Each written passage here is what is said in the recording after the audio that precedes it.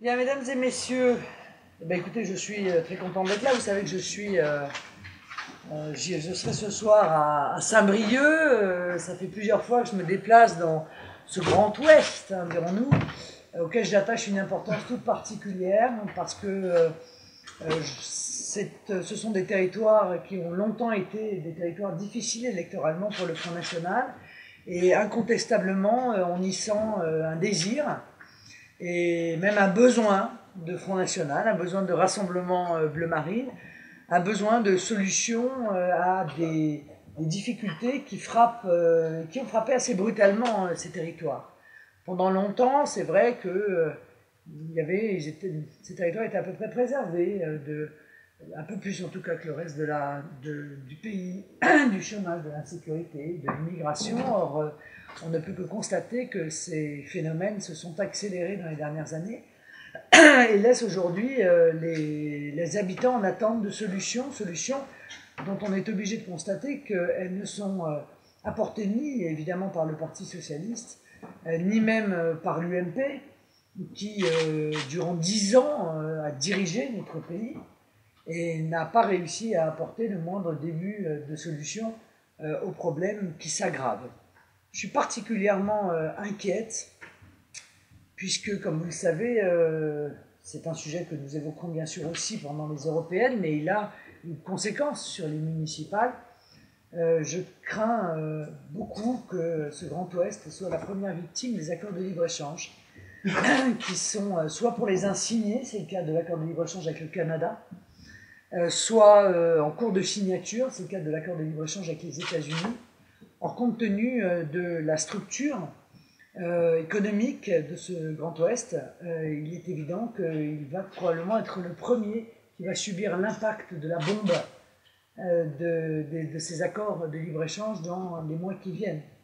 Ce sera vrai pour l'industrie, ce sera vrai pour l'agriculture, ce sera vrai pour l'agroalimentaire, ce sera vrai pour l'élevage. Et il y a toutes les raisons d'alerter la population sur les choix qu'elle est amenée à faire. Alors, pourquoi j'évoque ces deux sujets, les municipales et les européennes ensemble? Parce que, comme je le disais, les villes ne sont pas des îles. Parfois on le regrette, mais enfin, elles subissent, par définition, les conséquences des grandes politiques qui sont menées ou qui sont décidées au niveau national. Je pense évidemment à l'immigration et notamment à l'installation qui, dans certains endroits, devient franchement massive. Hein, les arrivées qui, dans certains endroits, deviennent franchement massives, de Rome notamment, qui sont la conséquence de l'ouverture des frontières, décidée au niveau de l'Union européenne avec la complicité de l'UMP et du PS, hein, qui ont voté ensemble, vous le savez, l'ouverture des frontières et notamment l'entrée de la Bulgarie et de la Roumanie. Et puis demain, on ne sait pas trop qui d'autre d'ailleurs, parce que à force de promettre à la terre entière qu'ils vont faire partie de l'Union européenne, je crains que la grenouille finisse par exploser en voulant se faire plus grosse que le bœuf. Sauf que, encore une fois, nous n'avons aucun début de solution de la part du gouvernement, ni même de l'UMP, à ces installations anarchiques, clandestines de Rome, qui sont obligés, dont les maires sont obligés d'assurer la subsistance, qui sont obligés de prendre en charge. Et tout cela, ça a évidemment une influence sur nos villes, ça a une influence en matière de logement, ça a une influence en matière d'aide sociale, ça a une influence en matière de scolarisation des enfants de clandestins. De la même manière, le modèle économique auquel nous sommes soumis est un modèle qui fabrique du chômage de masse.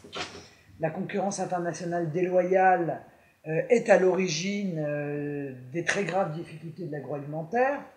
Et tout cela, c'est aussi aux municipalités d'apporter des solutions, sauf qu'elles ne peuvent apporter que la boîte de pansement.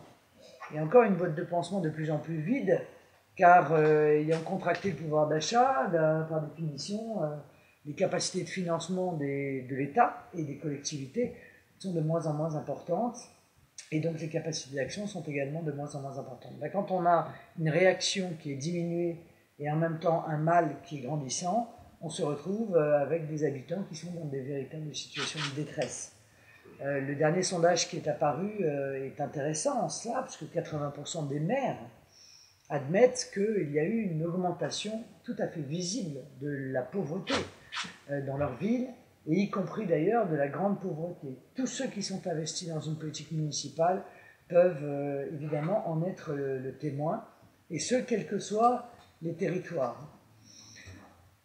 Alors, parlons-nous uniquement de la gestion de la ville quand on parle de municipal? Ben non, bien sûr. Hein.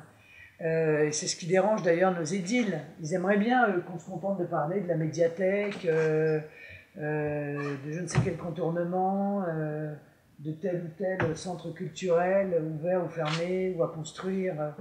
Mais tout ça, ça reste un enfumage. Parce que la réalité, c'est qu'il faut aussi qu'ils assument leurs responsabilités dans la direction nationale de notre pays. Alors moi, je veux bien qu'on me fasse croire qu'on peut changer en fonction de l'endroit où on est, mais enfin, moi, je ne peux pas croire que les mêmes qui sont pour l'immigration au niveau national deviennent spontanément et brutalement contre l'immigration au niveau local. Je ne peux pas croire que ceux qui ont créé 84 taxes en 2 ans, un an Nicolas Sarkozy, un an François Hollande, d'un coup d'un seul deviennent ceux qui affirment qu'ils vont baisser les impôts dans leur commune. Voilà, je ne crois pas à cela. C'est une grande incohérence de leur part, c'est surtout un mensonge électoraliste. Aujourd'hui, les maires se maintiennent grâce à un clientélisme qui est payé par les habitants. Et c'est la raison d'ailleurs pour laquelle ils ne peuvent pas faire d'économies, parce que par définition, faire des économies, c'est priver leur propre clientèle électorale. Donc il reste que deux solutions, soit l'endettement, soit les impôts.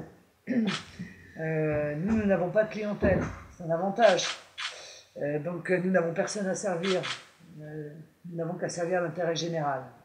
Et c'est, je crois, ce qui a été beaucoup perdu de vue dans les années passées. Alors nous allons nous battre dans l'ensemble des villes où nous avons des candidats, nous battre pour avoir des municipalités, mais nous battre aussi, et c'est au moins aussi important pour moi, pour avoir des conseillers municipaux qui vont pouvoir porter la voix patriote, porter la voix du bon sens dans les conseils municipaux. Avoir des conseillers municipaux Front National, c'est pas anodin. Et je peux vous dire que dans les endroits où il y en a, ça fait une énorme différence avec ce qu'on peut voir traditionnellement. Car comme l'UMP et le PS sont très proches en termes d'idées, l'opposition s'avère souvent être une fausse opposition.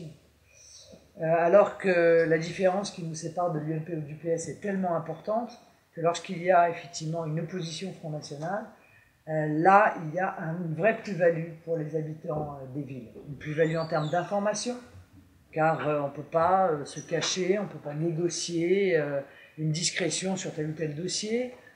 Une plus-value en termes de propositions, car les propositions que nous faisons elles sont bien souvent, c'est vrai, très différentes des autres. Une plus-value en matière de surveillance de la manière dont l'argent public est dépensé. Et c'est ce que nous faisons dans les conseils, ce que nous avons fait dans les conseils municipaux où nous avons été dans l'opposition.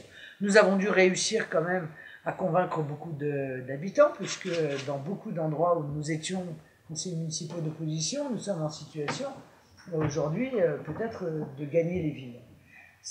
Qu'est-ce que je veux dire par là? Je veux dire que le travail de conseiller municipal d'opposition, c'est un travail qui permet aussi d'apporter la preuve aux habitants de nos capacités, qui permet d'apporter la preuve aux habitants que nous ne dévions pas des promesses qui sont celles que nous faisons lorsque nous sommes en campagne électorale. Et rien que cela, ça fait de nous des exceptions dans la vie politique française. Alors, cette implantation locale, elle est compliquée pour nous, bien sûr. Hein, on part de rien, on n'a pas de maire, on a 60 conseillers municipaux au niveau national. Donc, il n'empêche que nous avons fait un effort assez spectaculaire, puisque j'espère que nous arrivons à dépasser le record historique de présence au municipal du Front National. Mais ça, nous le saurons jeudi, hein, puisque c'est le dernier délai pour déposer les listes. Je pense que nous dépasserons largement le nombre de conseillers municipaux élus lors des prochaines élections dans 3 semaines. Et ceci va nous permettre, encore une fois, de développer nos idées, d'être entendus par la population, d'être reconnus aussi, car la visibilité en matière politique, c'est important.